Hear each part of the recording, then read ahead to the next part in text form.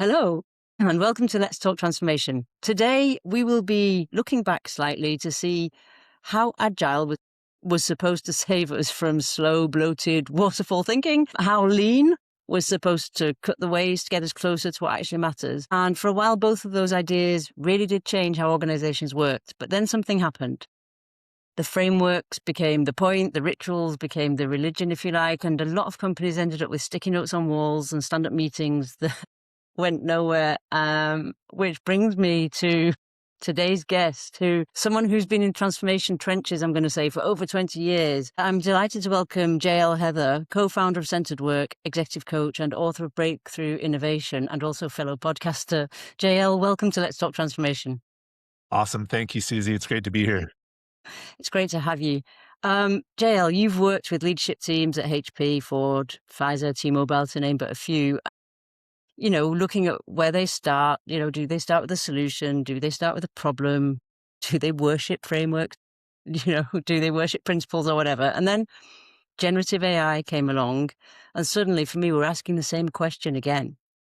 So is this the thing that finally changes everything? Is it the magic wand that's going to help us work better? So today, I want to dig into what Agile and Lean really mean in a world where AI can generate, decide, and act, and what that means for us humans who still need to connect, of course, lead, and try and make sense of it all. So, as I said, you spent 20 years inside some of the world's biggest organizations doing transformation work. So what was the moment, JL, when you realized that most companies do Agile in inverted commas, and that was actually broken and that you needed to do something different?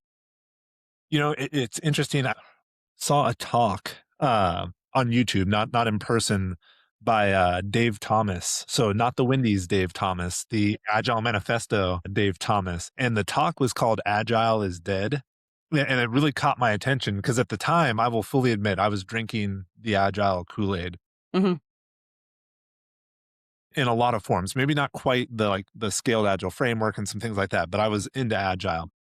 And he came out and he basically said, look, when we went down the Agile path, we had a really simple set of 4 kind of steps that defined Agile. And that was decide where you want to go, take a small step in that direction, adapt based on what you learned, and then repeat.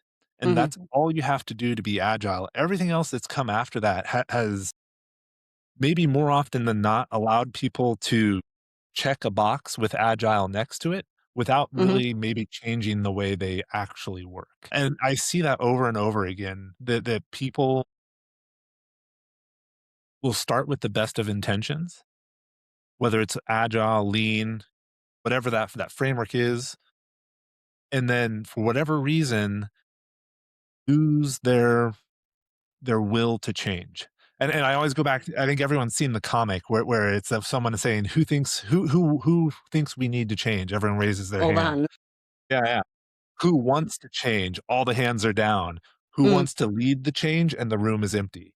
mm, And I think that's part of it is we have this fear of change. And it's something I've been exploring that I think is maybe a root cause of this is we have something that I'm starting to call a can't culture, mm. where the Yeah, language we lovely. use allows us to treat things that are decisions we don't want to make Mm, as constraints for mm, why we don't want to change. mm. And I think it's the same reason that people sort of hang on to frameworks, though, isn't it? Yeah. So it's because they don't want to change, or they don't feel they can, or they don't understand it.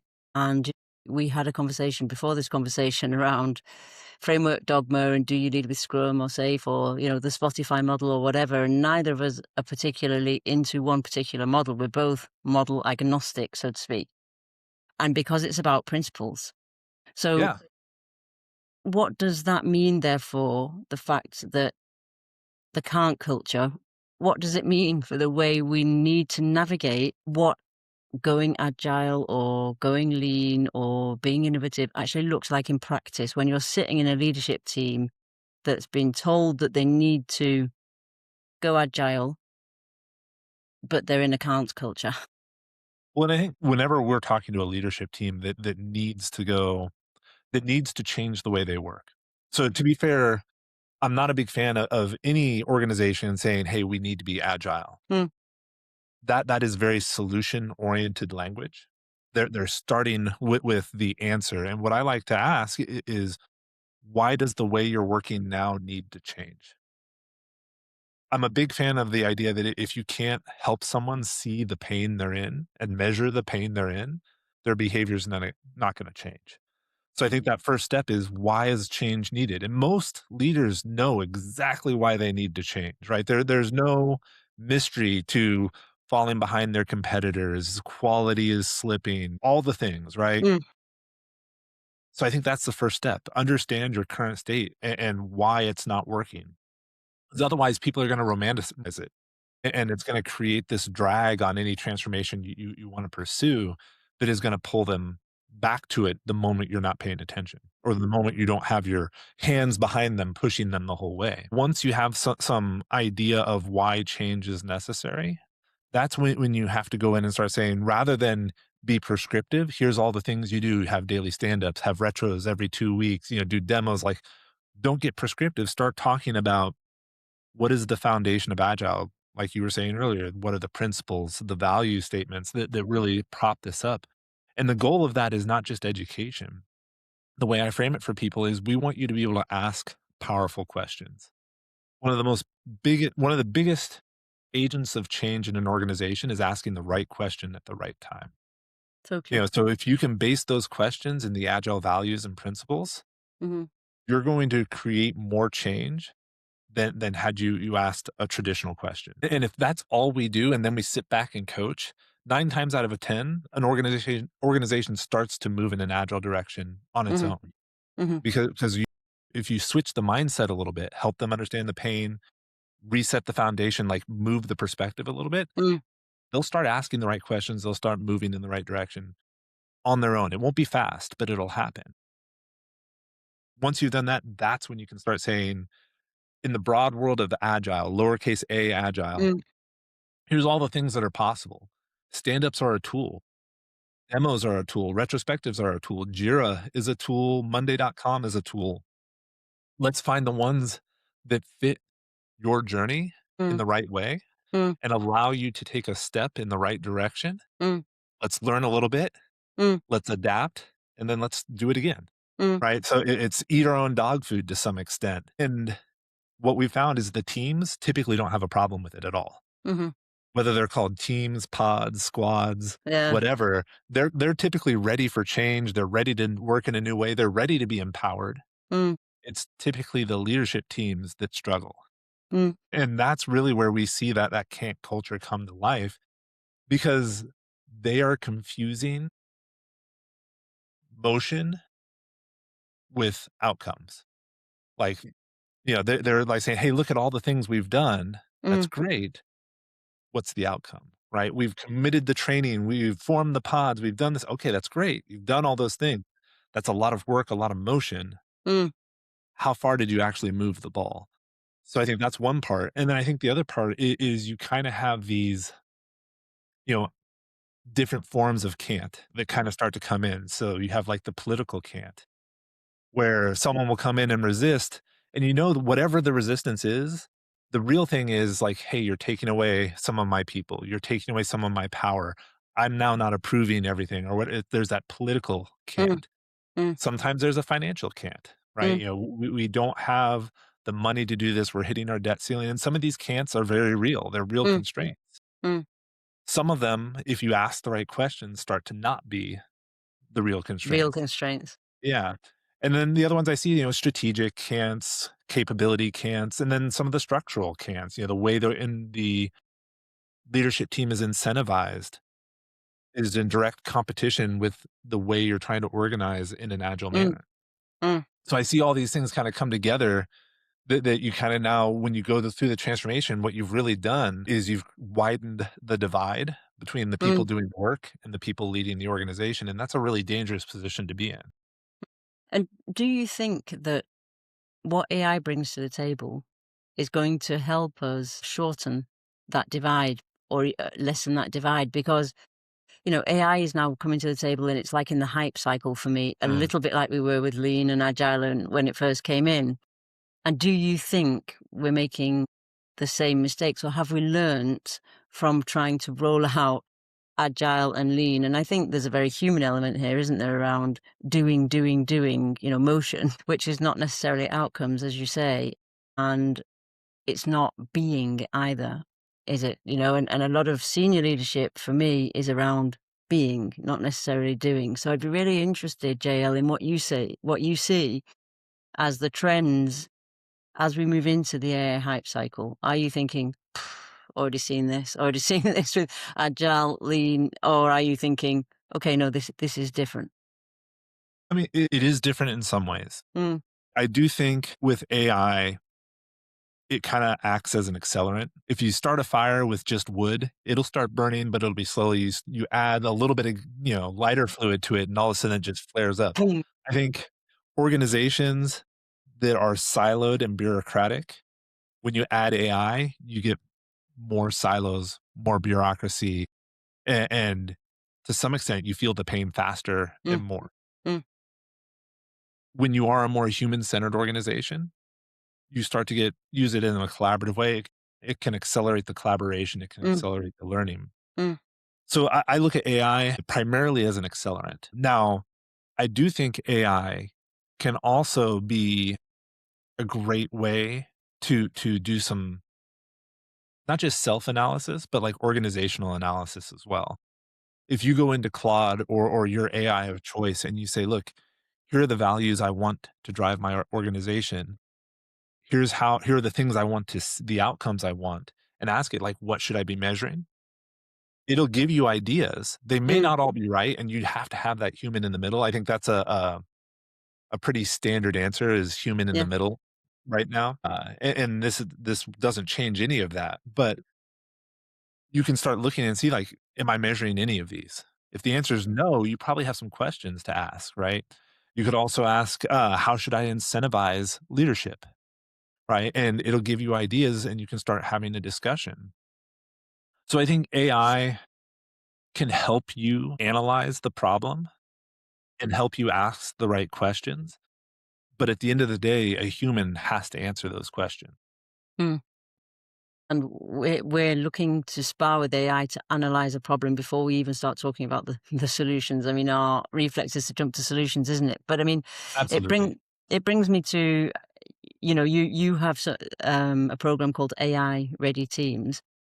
Can you tell me what that means? What is AI ready? I mean, I'm presuming it doesn't mean, I know how to chat with GPT, I know how to prompt Claude, etc. But I think AI ready, for me, JL, is becoming a little bit like the word agile. We're AI ready, he's AI ready, they're AI ready, whatever AI ready means. And I would love your input and your take on what is an AI ready team. I think it's funny because we've actually started to back away from that a little bit because Interesting. we've Okay. found that the AI ready starts to send the wrong message. I think a lot of times teams that will gravitate towards something like an AI ready team, leadership team, organizations, they're probably doing it with the wrong intentions. They're Hmm. doing it with a very solution mindset. Hmm. So there is that. That being said, I do think there is this concept is your team ready to use AI? Yes, And I think there's some totally. things that you can look at that will help you understand if they are. So for example, we've talked a lot about are they solution focused or problem focused? Solution focused teams, when you add AI into that mix, they're going to build solutions faster. But that doesn't mean the quality is going to improve. That doesn't mean your customer satisfaction is going to improve. Matter of fact, if they are solution focused, more often than not, and to kind of use that turn of phrase that's attributed to Henry Ford, they're going to be building faster horses rather than the Model T. And I think most organizations want teams that are building Model Ts, that are Mm, changing the paradigm, that are mm, being innovative. And they can't do that if they're solution focused because most teams own a solution, not a problem. And because of that, their focus is very much within a very singular, myopic space. When they own the problem, they start to get broader, they start to engage with customers in a different way. And in that situation, when you add AI, you can do some really powerful things. We talked to a woman a little while ago on our podcast, Breakthrough Innovation, Stephanie Sylvester, who is working on a project she calls the digital twin, mhm, which is really, really fascinating because the idea is you can have a large language model Mm, that can to some degree predict a person's reactions, which mm, is great because you can start taking that and using that as an early validation of your ideas. So we've taken that concept into design sprints where we've said, let's model based on everything we know about our customers within AI. Let's segment that out. Let's create some personas and let's let the AI help guide us a little bit. mhm, Again, always human in the middle. But mhm, what we can do is we can start saying, okay, we're going to start with some customer interviews to try and understand our customers even better. The transcript go into the model. The model then says, "Hey, this fits really well in these personas. This validates what we know about our customer. Here are some things that you probably missed from that transcript that are really we think are really important." It may say, "Hey, this actually is way outside our personas. Are you sure we got the right person from the organization to talk about this? Here are some things that we saw that really jumped out as not fitting the current paradigm. mhm, It is a valid customer. mhm, Let's update the paradigm." Like, so that's really great in terms of customer validation and testing our understanding of the customer, and it does it faster than a person can, mhm. even with human in the middle to go and check and say, "No, no, no, that's actually okay. That should be part of this persona," and things like that. You still are starting to create an understanding, and it's never to replace customer interactions, it's to enhance them. Right. So I think when we go into testing prototypes now, we can use that and say, hey, here's the questions we're thinking of asking. Here are the things we want to test with this prototype. And it can come in and say, well, given the personas, here are some things you might want to consider. And maybe Mm, we don't adopt any of them, but at the very least, it expanded our thinking a little bit. So treating AI as a thought partner, I think is really valuable in the innovation stage, but you have to be problem focused rather mm, than solution focused. You mm, have to be human centered rather than business centered. And I think there's a lot of those dichotomies, which I shouldn't say dichotomies. There's a lot of those spectrums. mm. You have to make sure you're leaning to the right side. Otherwise, agile is going to enhance and accelerate the wrong things. Yeah, and So that's what we look for if we want to see if a team is truly ready to start adopting agile into the way they work. mm. Do you also look at the way they work in terms of rituals, collaboration, what type of, human systems they have in their team? I think those things are important to see how the team is collaborating, but there's nothing necessarily specific that we're looking for. Like, I mean, maybe retrospectives might be the one Mm, exception, mm, but for the most part, if they are working in a human-centered way mm, with a very good problem focus, they're probably ready to start using AI to move forward.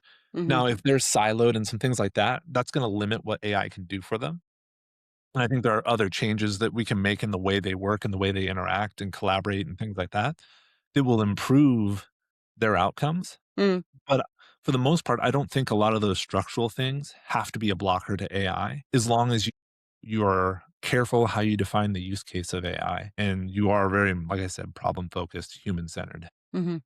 And so that's how they use AI, but it brings me to another big debate generally around agentic human collaboration. So what I'm gonna call hybrid teams, for want of a better word. What do you think around agentic human collaboration? What would healthy agent and human collaboration look like? Because it's more than just sparring with AI, isn't it, JL? It's also about defining workflows and actually giving an autonomy to the AI agent, which means that therefore that there is some other type of collaboration that needs to go on. And does that come into what you call an AI ready team or not? It can, I think, for the most part, when you look at teams that are on the agile side of Mhm, the spectrum, the way of working, the ceremonies, the way the team interacts mhm, doesn't require a lot of AI intervention for that part of it. mm, Now, mm, elements of the work can be enhanced by AI as it exists today. mhm,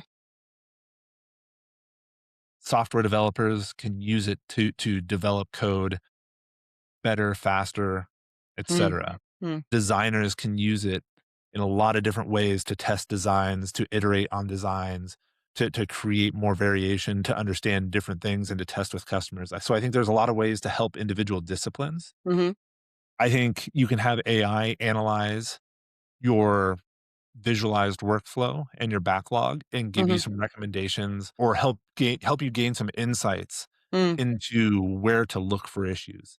And this is the same as metrics. So we used to have the conversation about metrics. Metrics don't tell you what the problem is, they tell you where to look. Mhm. So it's the same thing with AI analyzing your metrics and your process. It won't tell you what the solution is, what the problem is. It'll just help you know where to look. Mhm. So I think for the most part, with AI as it exists today, agentic or not, Mhm. it's there to enhance human work Mhm. and it can support human collaboration, but it can't replace the humans per Mhm. se.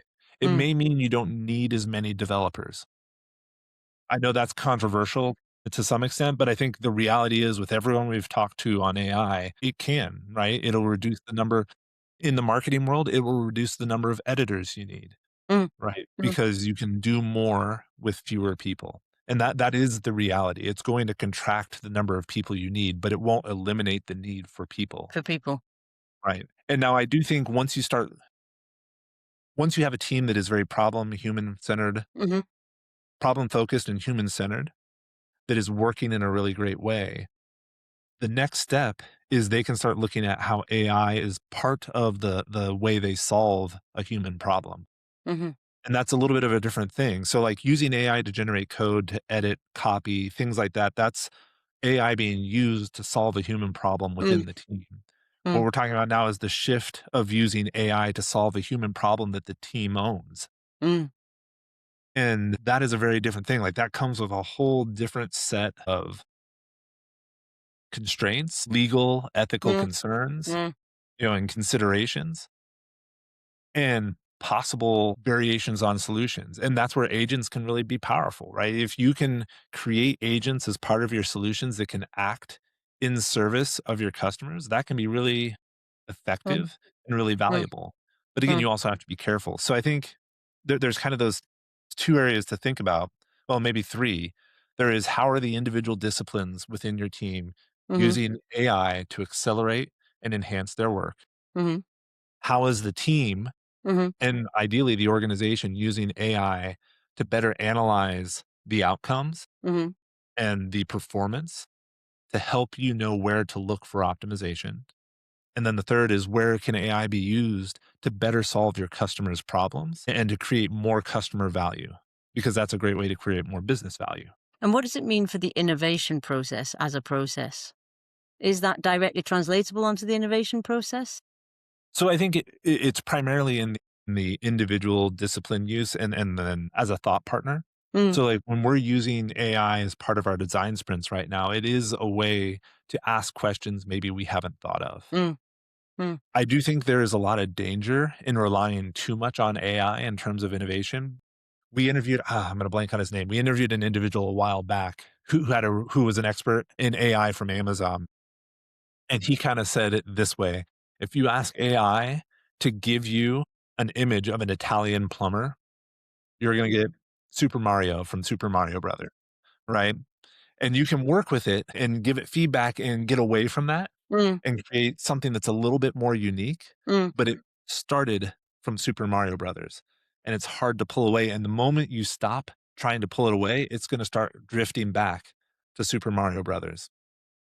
And that's really dangerous in terms of innovation. You Mm. really need to be able to expand the area of your thought rather Mm. than contract it. And if you're Mm. not careful, AI will contract the solution space you're working in. Mm.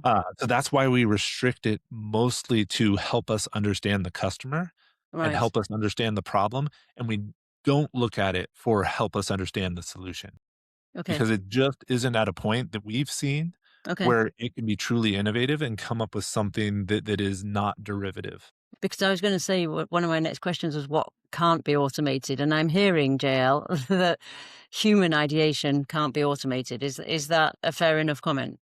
I believe so. I have not seen any evidence Mm. that AI is effective in that space. And I've seen enough evidence that it is counterproductive that it makes me very hesitant to push too hard there in any sort of work with our clients. I think someday when you start talking about general intelligence, super intelligence, those are things that are on the horizon. Who Mm, knows? mm, And I think if you're talking about in, let's say, a medical space, which is the one area where I hear people like giving the counter argument, like, mm, well, it's innovating on new drugs. It's not actually innovating on new drugs. It is discovering new drug interactions based on the data that's fed to it.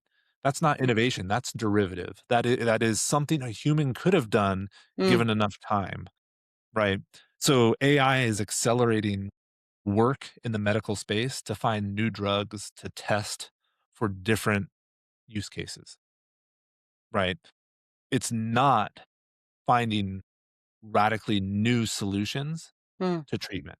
mm, And I think that's the difference. If you're going into innovation, if you're leaning into an innovation cycle for just an incremental, a derivative benefit, you may not get everything out of it that you wanted. If you're leaning into an innovation cycle to solve a problem that mm, real humans are having in a new way, AI, I don't think can help you there very well.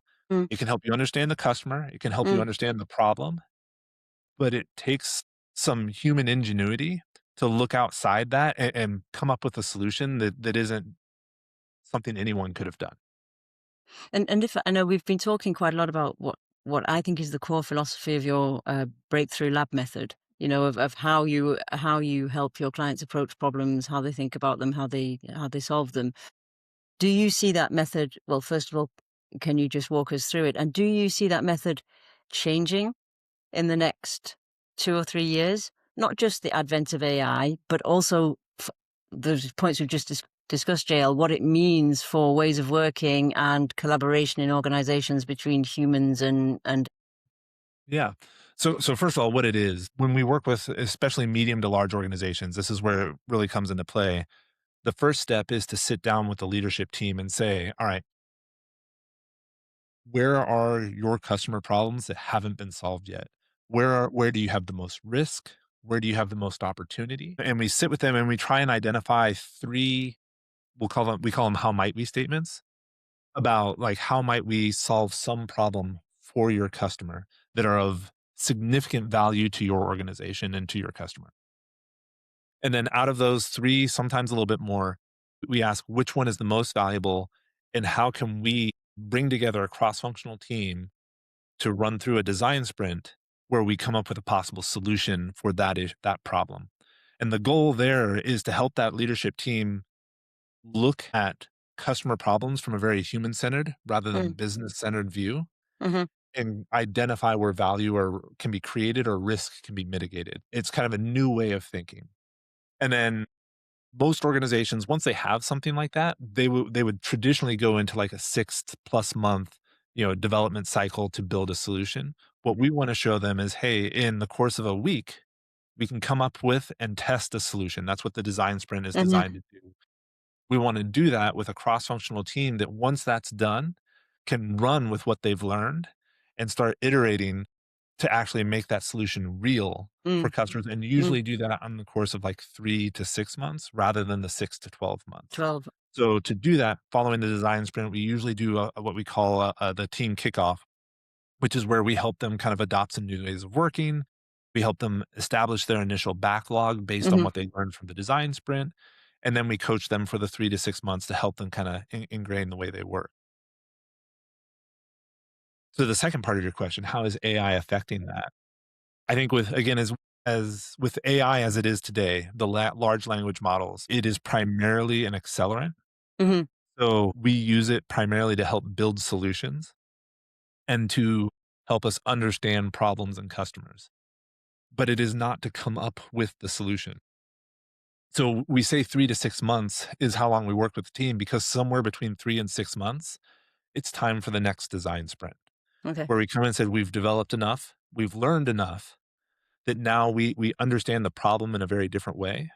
And while the solution is valuable and is generating income and revenue and everything for our company and our customers, now it's time to do another design sprint to figure out the next portion of it and to keep iterating on that solution. And then maybe in like 12 months, 18 months, That's where it enters the maintenance life cycle because and the idea is it's been generating value Mm, pretty much from like month 1, month right. 2, somewhere in that range, and that value has just been increasing instead of that big bang at the end of like 6 to 12 months. Mm, AI is part of what accelerates that, but it really is the collaboration, the human interaction, the ways of working. We haven't seen AI other than in terms of some automation mm, change the way humans interact, if that okay. makes sense. Yeah, yeah, it does make sense. So I think AI hasn't changed the human problems in organizations. Mm, It's only made feeling the pain of those problems more immediate, yes. uh, and oftentimes bigger. Mm, So mm, I think if you don't solve the human problems in your organization and focus on the human problems that you're mm, trying to solve outside your organization, mm, AI is just going to create more pain, or it's going to automate things and hide them further. That's maybe the other thing we've seen, mm, where you automate a process that was a little bit problematic, and now no one's paying as much attention to it. It's mm, still problematic, of course. but now you're not paying very much attention to it, so it kind of flies under the radar. Yeah, it goes a layer deeper, doesn't it? Because I think it's interesting that AI doesn't solve problems, but it does expose what's going on in terms of patterns and human interaction as well. So if you have a problem and you sort of solve it and just polish it and put plaster on it, then of course you can take it a level deeper. How do you see that affecting people's focus and discipline, JL? Because in today's like, please get it done now. We need to go faster. We've got AI, you know, people are looking for a quick fix often, and of course, AI can give you that, can't it?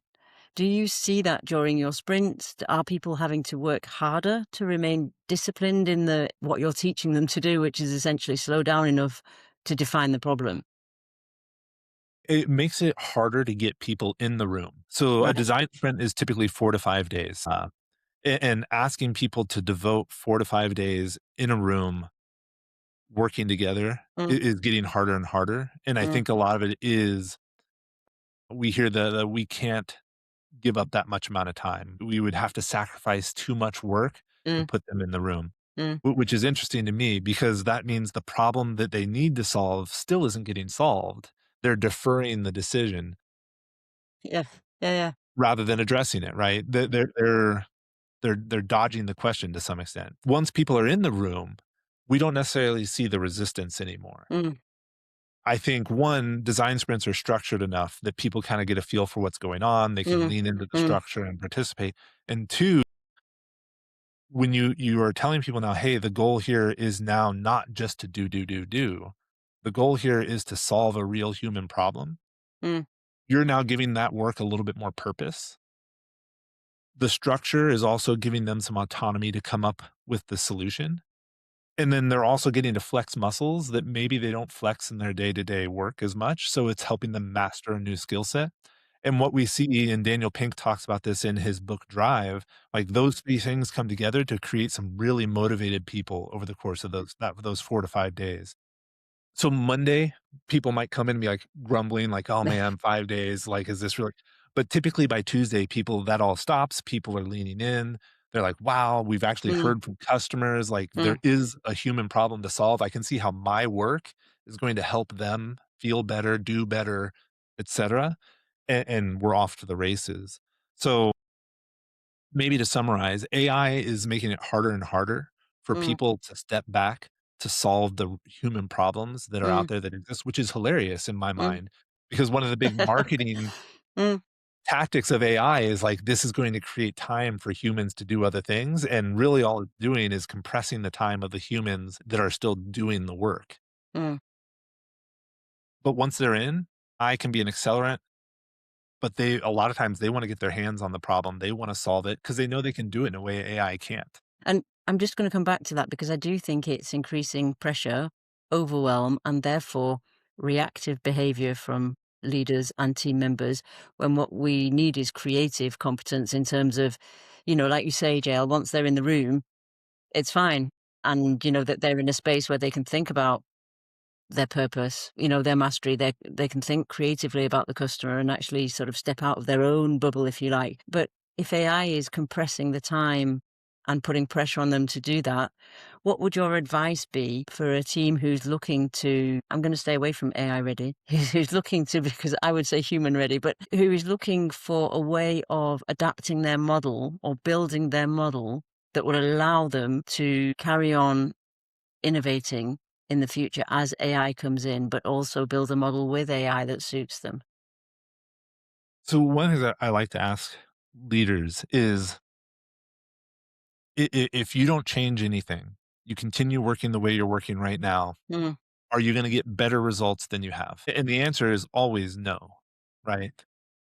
So if you need better results, mm, if you need better outcomes, that implies you need to work in a different way. So why don't we experiment with that? Let's try a couple things and see. Like, again, help them see the pain mm, first. mm, If you came to talk to us because what you're doing today isn't working, and you're telling us you can't work in a new way for all these reasons, all you're saying telling me is you can't find a way to solve your own problems to deliver value that your customers need. mm, So how in the world are you going to solve your customers' problem?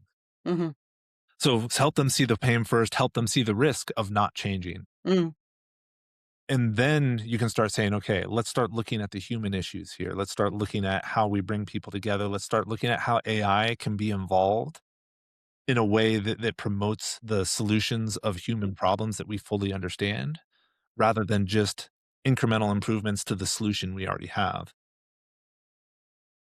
I think most people get so caught up in the trees, they can't see the forest, that kind of forest. moment, right? That they need some sort of system shock that helps them step back and realize all they're doing with the way they're introducing AI right now is accelerating their failure, Mm, right? Most organizations, that's what's happening. If they truly want to change that, they need to take a step back and really have a real discussion about what problems they're really solving, whether those are internal problems or customer problems. They need to understand those first mm, and work on that. Because most of the time, AI is being shoehorned into an organization in some form mm, of structural like support. So it's supporting the structures they already have, capability enhancement. So mm, making the capabilities they already have go a little bit faster, or supporting some sort of political structure or incentive structure that they already have. mm, So again, mm, they're not bringing AI in to solve the problems. They're bringing AI in to do the things they're already doing faster, mm, and that hasn't been successful anyways. So why would you do it faster? mm. Yeah. So, I mean, I'm gonna come back to what you said before and leave our listeners with that of asking different questions, and that motion isn't outcome, is it? I Right. mean, that has to be the starting point, because do you think that an agile team would manage onboarding AI in a more effective way? I'm staying away from better, in a more effective way than a team that is structured in a less agile way? And if so, why? What's behind that, JL? I think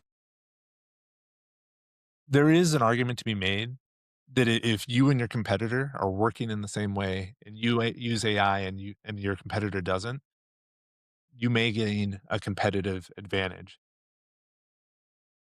And there's even an argument to be made that, that's kind of silly to think about because you're both going to be adopting AI. Mm, So now it feels like table stakes. mm, So if all you're willing to do is continue the rat race, mm, awesome, more power to you. mm, If you want something better, if you want real competitive advantage that's harder to replicate, because anyone can pick up an AI tool mm, and develop a solution faster, maybe reduce their workforce to some extent, you mm, name it. Those are all out there. mm, Anyone can do that. So that's not a competitive advantage anymore, if it ever was. If you truly want a competitive advantage, you have to start looking at the human systems involved, and you have to make sure you understand your customer. And you have mhm. to make sure you understand the problems you're trying to solve before you solve them. And I think that's the reality. So AI will not help you solve the problems. There's no innovation there. It'll give you the Italian plumber that looks like Super Mario Brothers every time. That's the image that I'm keeping in my mind. Yeah, it won't give you something new. Mm, And if you need something new, which most organizations do, like I mm, keep thinking back, like Kodak is such a great case study, yeah. Yeah, right? yeah. As the digital cameras came out, there's this idea that they kind of got blindsided by the technology. The reality is they didn't get blindsided by the technology. You can look at some of the memos and emails that were being sent around the time. They knew, they just couldn't make the decision to change. Yeah. They were even trying to use digital technology, and they had digital cameras and all that sort of stuff, but they couldn't step away from a business model that was profitable in the moment to build a new business model that was profitable in the future. Mm. And that's why Kodak isn't really a thing anymore.